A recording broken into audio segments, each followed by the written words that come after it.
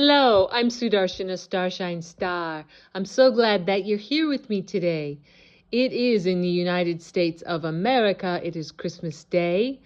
It's December 25th. It's still 2024. It's a beautiful Wednesday. And I'm so happy to be doing this clip here.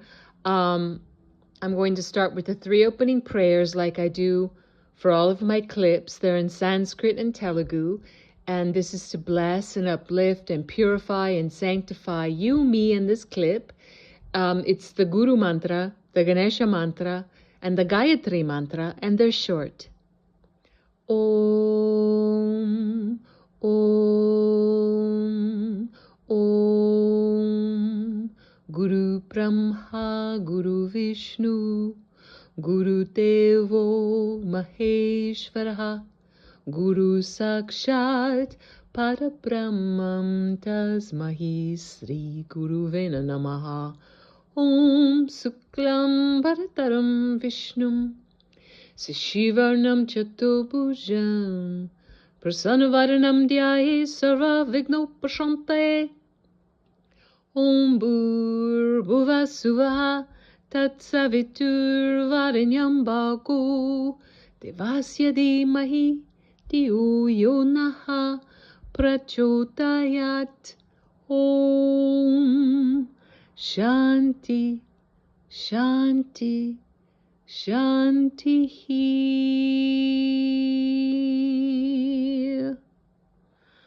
Wonderful.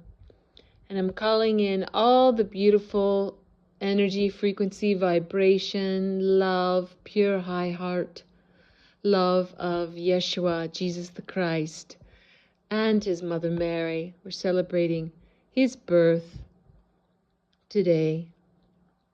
So beautiful. So this is going to be part 6 of the series called Jesus as I Saw Him as Told by Mary by Philip Lipetz, PH.D., and his last name is spelled Lipetz. I just recorded part 5 the other day, and if you listen to that, you'll know who Philip is, but I'll do a brief recap. Philip is one of my Sai brothers, that's S-A-I brothers, and that's what students of Sri Sai Kaleshwara Swami call themselves. We call ourselves the Sai family. Sri Kaleshwara took his Mahasamadhi in 2012 at the age of 39. He left his body consciously, but he's still very much around. And our Sadguru is Shirdi Sai Baba of Shirdi, India. So you can look that up. But our divine lineage, that all of the students of Swamis, that he initiated into a divine lineage that includes many different avatars and supernatural saints and wonderful beings. And Yeshua, Jesus the Christ, and Mother Mary and Mary the Magdalene are very much a part of that. So for people that didn't know that, the top rishis in India, the top, call Shirdi Sai Baba the big boss, and they also call Jesus the Christ the big boss. Those are the two they call the big bosses. They definitely know who Yeshua is, what he really is, and they honor and respect that. So even though it's a little bit funny that I'm reading about what I'll be continuing in part 6 is reading about Yeshua as a grown man, and at the end of his first part of his life, instead of talking about his birth. But I feel that this is really good timing. I felt called to do it because I feel people really need to know, or to remind themselves of the power of the sacred blood of Yeshua and what Jesus and Mary really did for all of humanity, and really for the cosmos, because they're cosmic galactic beings. It's for all of creation, really, not just for the earth.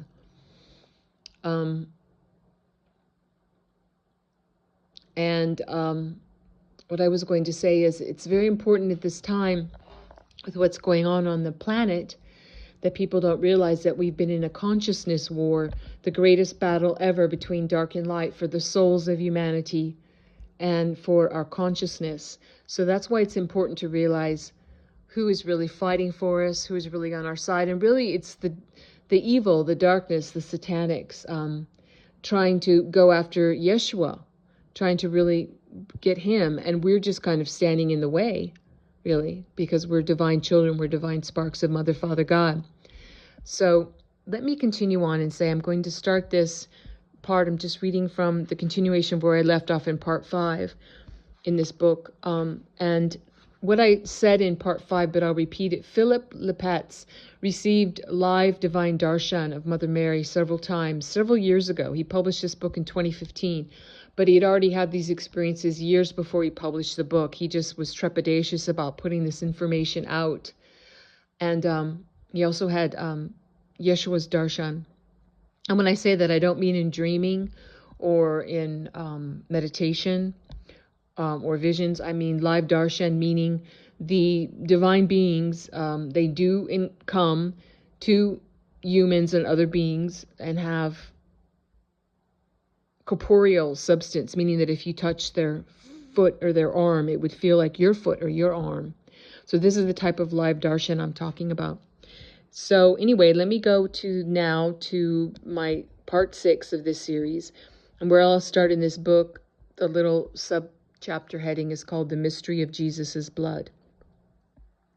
The apostles knew that Jesus had powers that would dispel the crowd or even strike them dead. They urged Jesus to do something to protect himself. Instead, Jesus deliberately stops in front a soldier who has a scourge and accepts a beating that causes blood to drop to the ground. This blood is special. During the Last Supper, Jesus had proclaimed the miracle of his blood as he distributed wine to his apostles. Now Jesus actively tries to leave a trail of blood on his path to the cross. This blood is to similarly purify the world. It consecrates and purifies, even as those who receive this purification break Jesus' body. Their tortures draw forth blood that will save and empower those who will do Jesus' work. So Jesus turns the worst act of torture into a blessing for the world. Not only does Jesus willingly accept the tortures, but he cooperates with them, wanting the blood to flow in an act of love that transforms the entire world. On the cross, Jesus is tortured beyond anything that happened before. The fallen angels fill him, the small remaining human part of him. He is shown images of what they will drive people to do to those who follow him, and also the things that they will drive Jesus' followers to do in his name. Jesus prays that the blood that will be shed in his name will also purify the world, raising humanity to a higher level. At the moment when the fallen angels have driven a follower to either death or terrible, horrible actions, Jesus enters the body of the victim and becomes the blood that will flow. This was the fullness of his second promise of transubstantiation. It was his way to turn the tortures of the fallen angels into final acts of love. Father, forgive them, for they know not what they do, was more than forgiveness for the few who tortured his body that day. It was forgiveness for all who would later fall victim to the promises and threats of the fallen angels. Blood and water flow from the wound in the side of Jesus when the lance of the Roman pierces his flesh. That sight was the mystical heart of Jesus. The blood and water are rays of light that are the forces of creation for the entire world. Then Jesus speaks as I transcribe his words. Jesus' message to the world. They are what I asked Sister Faustina to give the world. The Divine Mercy picture showing rays of blue, white, and red light flowing from Jesus' heart is what Philip puts here in parentheses. They are pure creation, and they will take all who see them above the bounds of that creation. They are the blood and love that I gave that day. They will enter all who pray before Sister Faustina's picture, in parentheses, of me, with both understanding and love. People of the world, our redemption is so close. It is so close that the fallen angels seek to make good on their threats. If you fill yourself with these rays of hope, love, and blood, then you will be beyond attack. You will gladden my heart. Know the closer you get to salvation, the more you will attract the fallen angels. Do not worry. My mother worries so much that she comes to warn you. Now she asks that I come and tell you that everything that is happening now and everything that will shortly happen are all things I saw on that day of crucifixion. Do not worry. I took on your suffering. It came to me. If you feel suffering, you must know the great gift of my Father. All you have to do is remember the love and blood that flowed that day. The white of love will lift you from becoming one of the fallen angels. The red of blood will remind you that you have been anointed with the blood of God, and that you cannot fail as long as you know that you have become the body of God's love, created by the gift of my blood. It is the blood that I gave then, and the blood that you receive every day when you take Mass, or when you act with love to those who are afflicted with the torments promised to me on that day. People, your souls are free. Come to me.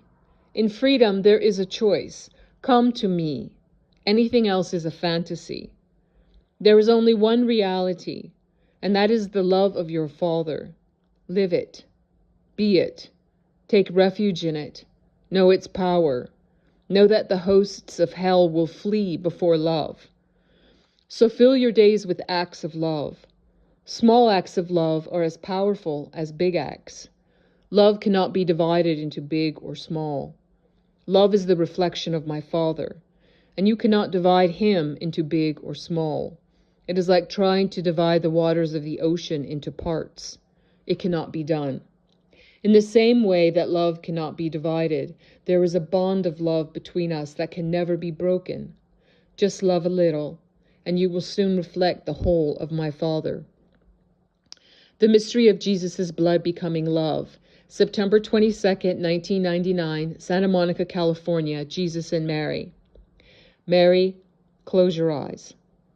After Mary gives me some personal instruction, I am returned to the scene of the crucifixion. I see the crucifixion through the eyes of Mary. There is none of the horror that I felt during yesterday's vision. Instead, there is the sight of the angels surrounding Jesus. Jesus, there is good news. My mother is protecting you as you relive the vision that you had. Remember your day yesterday? My mother is being kind to you. She saw your tears throughout the day. It was both the best of days and the worst. The people around you acted strangely, even though there was nothing but good news. Keep your eyes closed, and you will see why this happened. I see demons shouting in front of me. They are screaming obscenities and acting in a frenzy. Everywhere around me, I see these demons, these fallen angels. My very presence drives them crazy. At the same time, I see that I am also surrounded by angels who are agents of the Father, Jesus, and the Holy Spirit. They sit to one side and are amused by the screams of the demons. They are driven into this frenzy by your vision of my passion. The reason that I have people relive my crucifixion is that it was more than a moment in history. It was the defeat of the demons. Whenever someone relives the passion, they are bringing that energy to the forefront, and this lessens their influence in the world. This is the secret of the Stations of the Cross that are in my churches. This is the secret of saying the Rosary while remembering the mysteries. Remember the passion as love. You must decide. I ask you to remember my passion. I do not ask this for your sake, but for the sake of the world. I have many servants who do this out of love and compassion. It is the great weapon in purifying the world, and I cannot return unless this is done by my many servants. What you call upon with my passion is the weapon to destroy the influence of the fallen angels. This weapon must be used with love, not anger. All of my secrets have value only when thought of with love. I ask some souls to assume the burden of reliving my suffering. It will hurt your heart, and your body could suffer, depending on your degree of identification. However, by reliving the passion, you will bring the light of my sacrifice to the world. I showed you how that light of sacrifice drives the fallen angels into a frenzy. This is the secret of the great love that will flow from reliving the suffering. It is necessary that this light be brought to the world. It is the gateway to victory over original sin. If every person cannot do this for themselves, then this light can be brought to the forefront by some souls who do me the favor of acting as my agents of love. They relive this mystery for the sake of others, for the sake of the world. At this moment, I feel Jesus asking me if I will do this. At the same time, I begin to see and feel the Romans doing their worst, and Jesus turning every drop of blood into a blessing for the torturers. A soldier beats me with a whip of 10 tails, and on the end of each tail is a barb that cuts into my flesh. I feel small tingling, not quite pain, as the barbs tear at my flesh. I am seeing the passion through my Lord's eyes. There is slight pain, a tingling at worst. Will it always be so small? I do not care about such thoughts. I know that the secret of Jesus' passion was to turn the worst into the best. I know that he shows me to do this by reliving the events of that day. I feel bad. I do not know these events. I never studied them. But then I realized that thought was the taunting of the fallen angels trying to prevent me or anyone else from reliving that glorious passion. That is why yesterday was the worst of days as well as the best of days. The suffering of the souls that I call to this work is directly related to the degree that they can transform the taunts of the fallen angels into a doorway for blessing the world. Put down your computer if you will do this work. Close your eyes, and I will show you the glory of the blood released by the fallen angels. How even in their worst moments, the proper suffering and love will transform even these tortured beings into the agents of my Father. By your sacrifice, if you do it, you will transform other tortured beings into the highest. Now put down the computer and close your eyes. The vision lasts for only about 10 minutes. It is more torture that was inflicted on the body of Jesus. The pain will get worse. Then I start seeing the horrors that are happening in the world as we speak. People still trapped alive in the rubble of an earthquake. Excuse me. A racist bigot dragging a man to death as the victim is chained to a speeding car. There were many horrors that can be read every day in the newspaper or heard on the radio. I see how these horrors must be relived and experienced in the light of our Lord's passion and blood.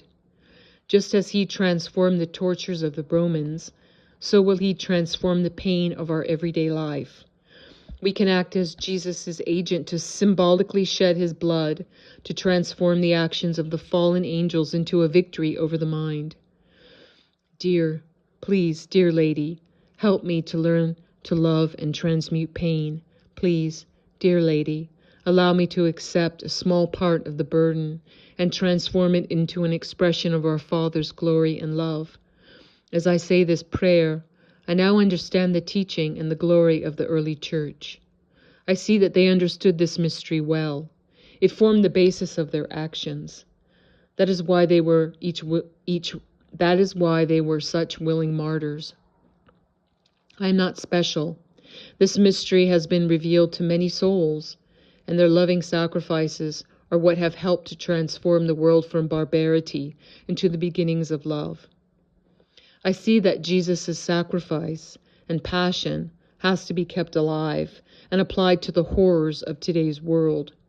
It is only then that the victory of love is assured.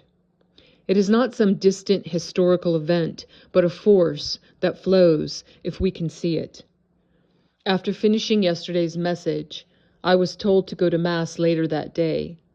At Mass, the Gospel reading was about Jesus giving his blood to his apostles, then sending them into the world with the power to heal the sick and transform fallen angels by filling them with Jesus' love.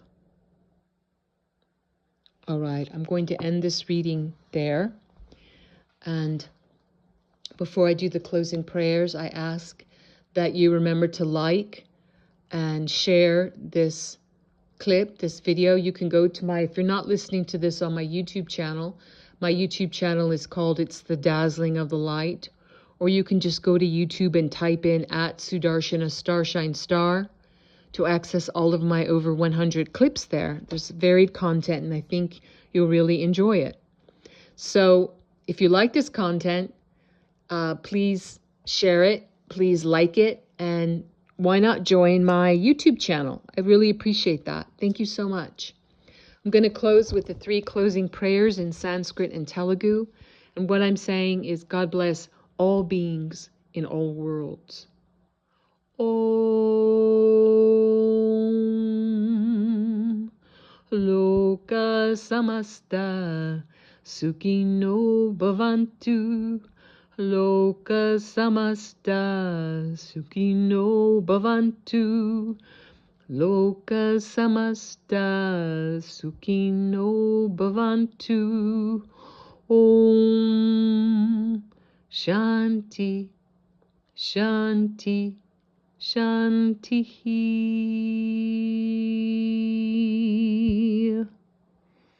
Wonderful. Thank you so much for being here with me. I'm sending you and yours big love and hugs. God bless you and yours now and always. Have a merry, merry, merry Christmas. And just remember, like I say before in my previous clips, Shirdi Sai Baba is for everyone. And Yeshua, Jesus the Christ, is for everyone. It's not anything about religion. Spirituality is different from religion. And Shirdi Sai Baba and Jesus are the big bosses, and they are for everyone. So just add them into whatever faith that you follow that brings beautiful results and beautiful fruits into your life that you enjoy and really brings you the results. Keep following that, but just add Shirdi Sai Baba and Jesus, Yeshua, into your life and bring Mother Divine into it. In this time and place, Mother Mary is the truest incarnation of Divine Mother for us humans right now.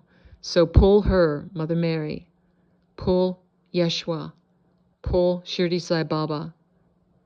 And Shirdi Sai Baba was, he took his Mahasamadhi in 1918 in a small hamlet called Shirdi, not far from Bombay in India.